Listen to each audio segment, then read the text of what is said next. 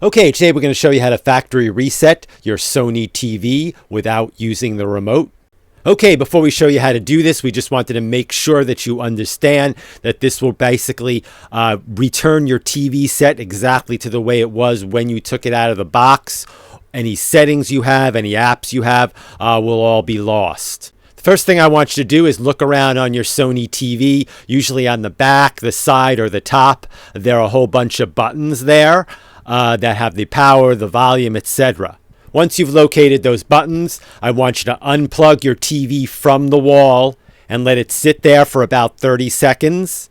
Then I want you to hold down the power button and the volume down buttons and then re-plug in the TV. Now keep holding those buttons while you plug it in and let it power up for about 30 seconds or so, and then you can release the buttons. And then the factory reset will begin.